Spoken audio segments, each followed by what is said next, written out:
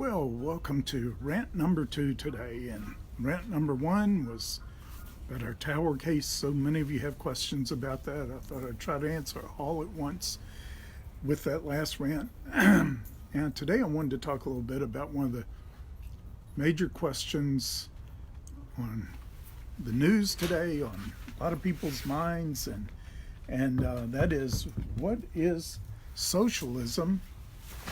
And why is it such a threat?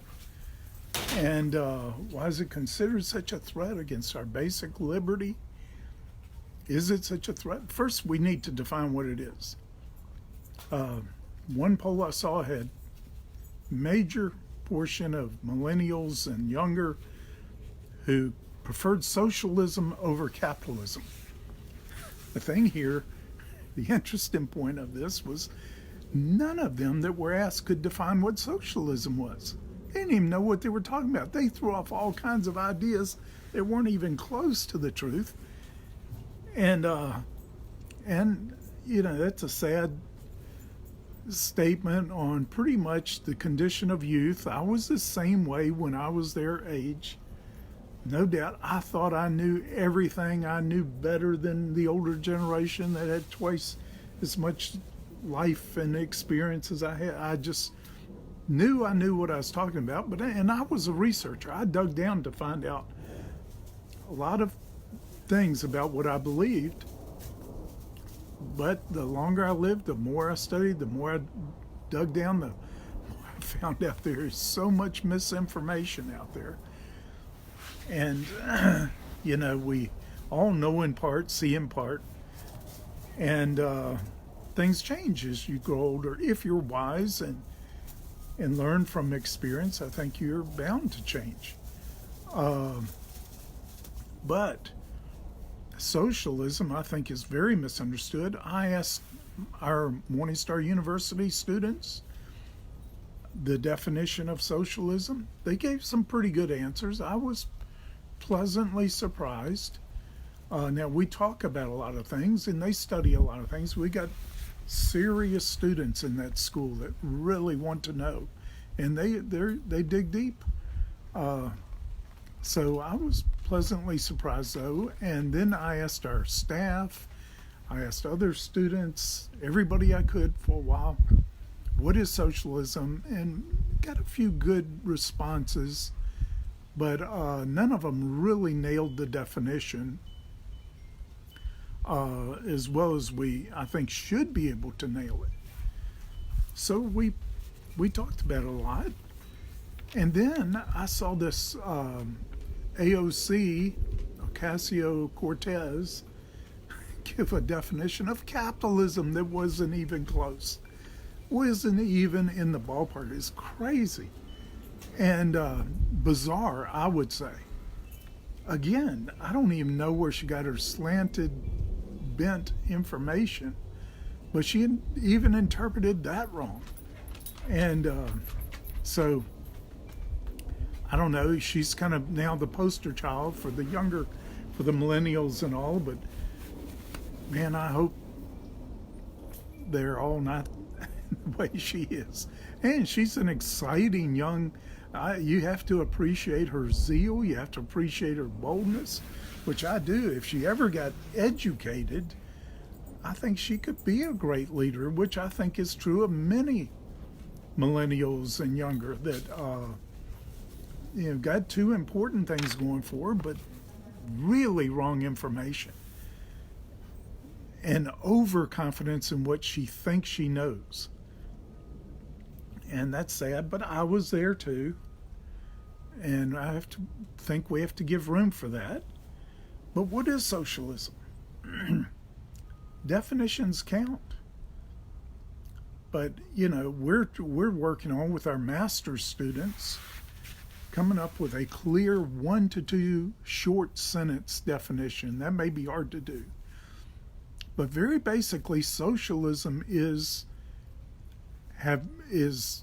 having central government control and central government ownership over virtually everything.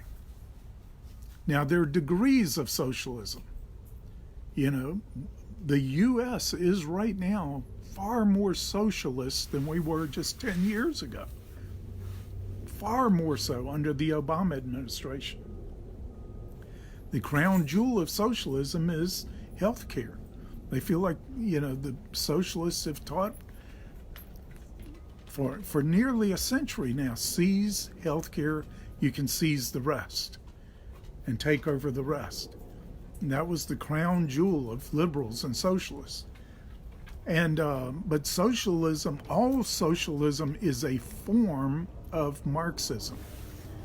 Now, there are degrees, mild forms all the way up to really onerous degrees of socialism, but the government cannot regulate without control. So the more authority government is given, the less freedom we're going to have. And that is like a direct ratio. It has been in every case. When you start moving towards socialism, you start losing your individual freedoms. Government can't be a socialist government without controlling the people, and it becomes increasingly onerous, increasingly restrictive, and I believe increasingly dark and evil. You see what the communist regimes did and what socialists did. Nazis were socialist. Nazis, they stood for National Socialist Party. They were socialists. Now, they were not as extreme a form as communists were. And you say, well, why? If they were socialists, would they have fought the communist regime so much? Why did communists fight socialists so much? Marx called the socialists the useful idiots. And when a Marxist government, a communist government, takes over a country, usually the first people they dispatch with are the socialists that they have the least respect for. They feel like they're compromisers, don't know what they're talking about, not really serious, not committed, and a threat to their ultimate authority that communists must exercise. So if you think that the government manages things well, if you like going down to the DMV and the way that thing is run, usually, I mean, there's some really good DMV agencies, no doubt, but if you like the way bureaucrats run, you want bureaucrats running your life and increasingly micromanaging your life, you'll like socialism. But socialism includes, in socialist countries, you don't get to choose where you go to school, you don't get to choose where you work, you don't even get to choose where you're going to live in many cases. Now, like I said, there are degrees of this, and it moves forward, but under communist countries, you couldn't travel, you couldn't go anywhere but to work and back, or maybe to the store and back, certain places like that. You couldn't do anything else without government permission. Under socialist countries, you cannot start a business without government permission. Even the mildest ones require government permission to start a business. You may have seen the study done on could Steve Jobs have done what he did with a computer in any other country but America. The answer came out resoundingly no. It would never have gotten off the ground. Many other of the great industries and businesses of our time, they happened here because of the incubator of freedom that was here. Give it a shot, give it a try. You may fail. Yeah, there's risk involved when you do that. And there are consequences to that, but you can try. So why do you have to get permission in a socialist country? I know just from talking to friends in one country, they just want to start a minor business. I mean, it's like a coffee shop. They had to put up years worth of their laborers' wages in advance. So just in case they failed, their employees could draw unemployment for years to come. They had to pay that in advance. Almost nobody has that kind of extra capital.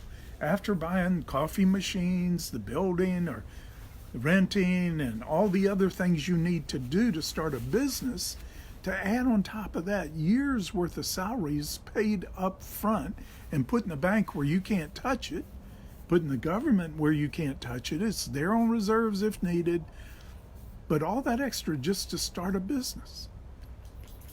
And but under, I don't believe the antithesis to socialism is capitalism.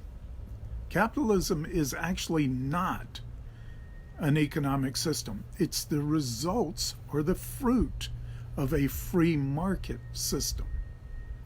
If you have a free market, which is proven to be by far the most successful economy in the world, in human history, if you have a free market, you're going to have winners.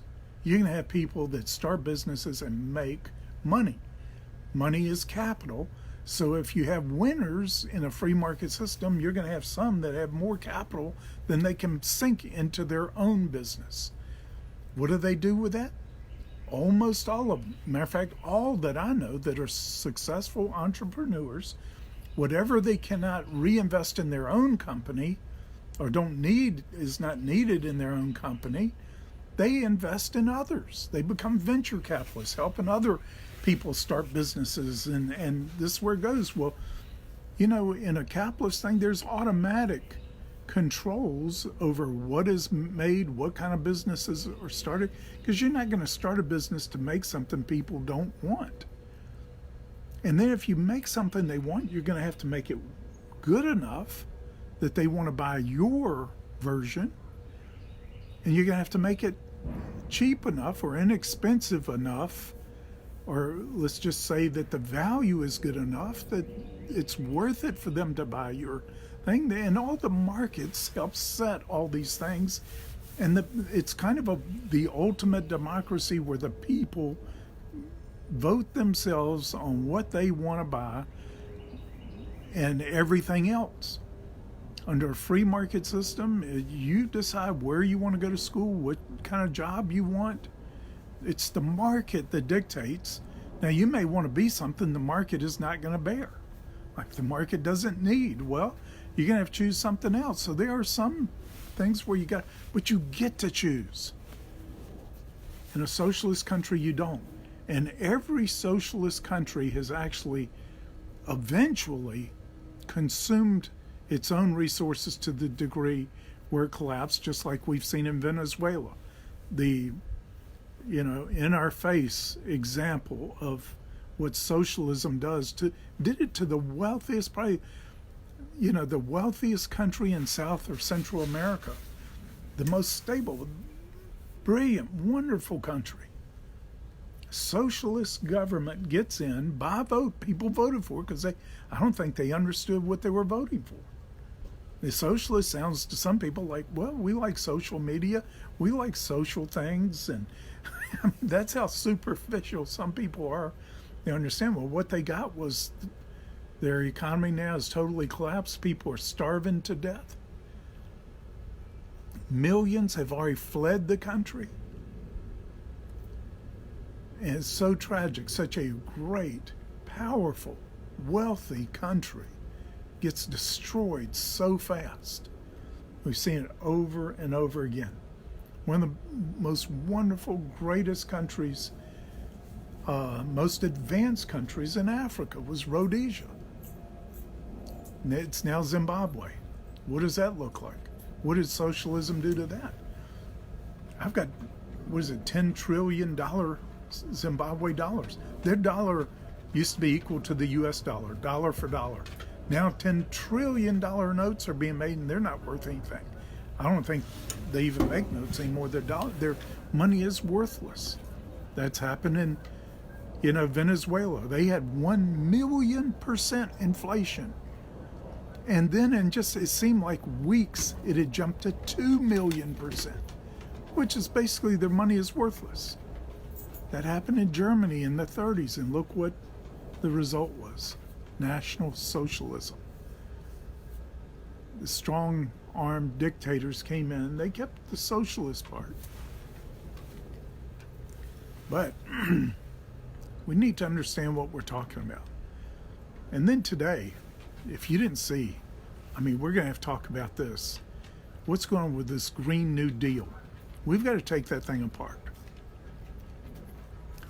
But one thing we need to do is look at our own federal budget while we're talking about socialism. Our federal government was supposed to be set up for defense and for ensuring fair interstate commerce. And now our federal budget, 15% goes to defense, 15% to discretionary spending, and 70% goes to entitlements and interest on our debt. And that last one, 70%, is growing extremely fast. Very soon, we're headed towards a point where the interest on our debt is going to be more than the income of the federal government. What are we going to do then? Why is this being put up? Why is it not being addressed? Well, this is the direction every socialism will take you in. Now, the crying shame is a tiny fraction of that money going to the entitlement programs are actually reaching people.